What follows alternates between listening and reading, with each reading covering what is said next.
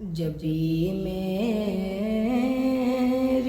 ہو سنگے در تمہارا یا رسول اللہ۔ السلام علیکم ورحمۃ اللہ وبرکاتہ۔ ناظرین کرام، زکوٰۃ کن لوگوں کو دی جائے گی، اس سے متعلق آج ہماری ویڈیو ہے۔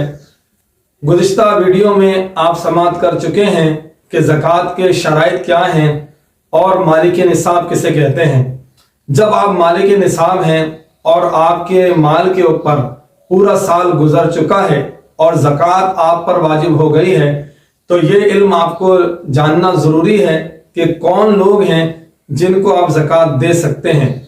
قرآن مجید کے اندر 7 مصارف بیان کیے گئے ہیں، ویسے تو 8 بیان کیے گئے ہیں، اس میں مؤلفۃ القلوب اب منسوخ ہو چکا ہے، لہذا 7 مصارف ہمیں قرآن مجید میں ملتے ہیں، جس میں سب سے پہلے ہے فقیر، یعنی شرعی طور پہ جو شخص فقیر ہو وہ شخص ہوتا ہے کہ جو مالک نصاب تک نہ پہنچ پائے، اس کو شرعی فقیر کہتے ہیں۔ اگر کوئی شرعی فقیر مل جائے، غیر سید ہو، آپ کے فروع اور آپ کے اصول میں سے نہ ہو، یعنی آپ کے آباء و اجداد، والدین، دادا دادی، نانا نانی، اسی طرح اور رشتہ دار جو آباء کے اندر آتے ہیں، امہات میں آتے ہیں، اسی طرح فروع یعنی آپ کی اولاد، بیٹا بیٹی، نواسا نواسی، پوتا پوتی، جتنی بھی اولاد ہیں ان کو بھی زکوٰۃ نہیں دے سکتے۔ تو سب سے پہلے یہ جان لیے کہ شرعی طور پہ جو شخص فقیر ہو، غیر سید ہو، آپ کے اصول اور فروع میں سے نہ ہو، اس کو زکوٰۃ دی جا سکتی ہے۔ نمبر 2 پر ہے مسکین۔ مسکین کہتے ہیں وہ شخص کہ جس کے پاس کھانے پینے کے لیے کچھ بھی نہ ہو، پہننے اوڑھنے کے لیے کچھ نہ ہو، ایسے شخص کو مسکین کہتے ہیں، اس کو بھی زکوٰۃ دے سکتے ہیں۔ یہاں پر ایک اور بات سماعت فرمائیں کہ شرعی فقیر اور مسکین میں کیا فرق ہے۔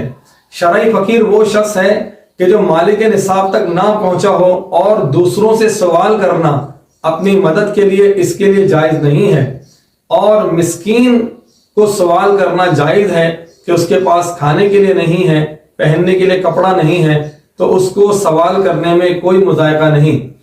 حضرات محترم، پھر ہے غارم۔ غارم وہ شخص ہوتا ہے کہ جو مقروض ہو، اس کو بھی زکوٰۃ دی جا سکتی ہے۔ پھر حضرات محترم الرقاب کا ذکر ہوا، یعنی غلام کو بھی زکوٰۃ دی جا سکتی ہے۔ پھر ایسا شخص کہ جو ابن سبیل ہو، یعنی اللہ کے راستے میں جا رہا ہو، وہ طالب علم ہو، جیسے بہت سے مدارس کے اندر رہائشی طلباء پڑھتے ہیں، تو ان کو بھی زکوٰۃ دی جا سکتی ہے، وہاں کے محتمم کو دے دیا جائے کہ وہ اس کو ان کے مصارف میں خرچ کر سکتے ہیں۔ پھر اسی طرح ایک مصرف ہے فی سبیل اللہ، اللہ کی راہ کے اندر بھی زکوٰۃ دی جا سکتی ہے۔ اس کی صورت یہ ہے کہ کوئی شخص جہاد پہ جانا چاہ رہا ہے تو اس کی مدد کی جائے، اس کو زکوٰۃ دی جا سکتی ہے۔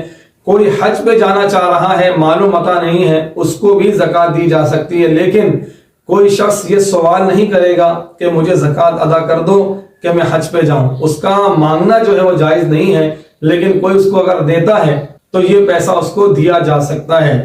حضرات محترم، اب یہاں پر یہ سمجھنا ضروری ہے کہ جس کو زکوٰۃ دی جائے وہ شرعی طور پہ فقیر ہو، مسکین ہو، عامل ہو، رقاب ہو، اللہ کی راہ میں ہو، ابن سبیل ہو یا مقروض ہو، یہ تمام احباب وہ ہیں جن کو زکوٰۃ دی جا سکتی ہے۔ اب زکوٰۃ کی ادائیگی کے لیے شرط ہے، وہ ہے تملیک، یعنی سامنے والے بندے کو اس پیسے کا مالک بنا دینا۔ اب مالک کیسے بنائیں گے؟ یعنی اس کو اس پیسے کی اتھارٹی دے دینا، اس کو تحفہ دے دیا، اس کو پیسہ اس کے سپرد کر دیا تو وہ مالک ہو گیا۔ اس پہ کوئی کنڈیشن نہیں لگائیں گے کہ یہ پیسہ یہاں خرچ کرنا ہے، یہاں خرچ نہیں کرنا، بلکہ اس کو مالک بنا دیا، وہ جو چاہے اس پیسے کا کرے۔ تو حضرات محترم، یہ تھے مصارف زکوٰۃ۔ اب زکوٰۃ کن لوگوں کو دینا افضل ہے، ان میں سب سے پہلے آپ یہ تلاش کیجئے کہ اگر آپ کے سگے بہن بھائی ہیں، یا آپ کے چچا ہیں، ماموں ہیں، خالائیں ہیں، پھوپھیاں ہیں، اور وہ شرعی طور پر مستحق ہیں زکوٰۃ کے، تو یہ زکوٰۃ ان کو دی جائے، یہ زیادہ افضل ہے۔ سگے بہن بھائیوں کو بھی دے سکتے ہیں، ہاں والدین جو میں پہلے ذکر کر چکا ہوں کہ فروع اور اصول کو نہیں دے سکتے، اچھا ایک بات یہاں پر یہ بھی ہے کہ جس کو آپ زکوٰۃ دے رہے ہوں ضروری نہیں ہے کہ آپ اس کو بتائیں گے یہ زکوٰۃ کا پیسہ ہے۔ دیکھیں ویسے بھی کسی کو اگر آپ زکوٰۃ کا پیسہ بتا کے دیں گے تو سامنے والے بندے کی عزت نفس ہوتی ہے، اس کو مناسب نہیں لگے گا، ممکن ہے کہ وہ منع ہی کر دے۔ تو لہٰذا آپ تحفے کے طور پہ کسی بھی طریقے سے یہ پیسے کی ادائیگی ان کو کر سکتے ہیں۔ اللہ تعالی ہم سب کو شریعت مطہرہ پر عمل پیرا ہونے کی توفیق عطا فرمائے۔ والسلام علیکم ورحمۃ اللہ وبرکاتہ۔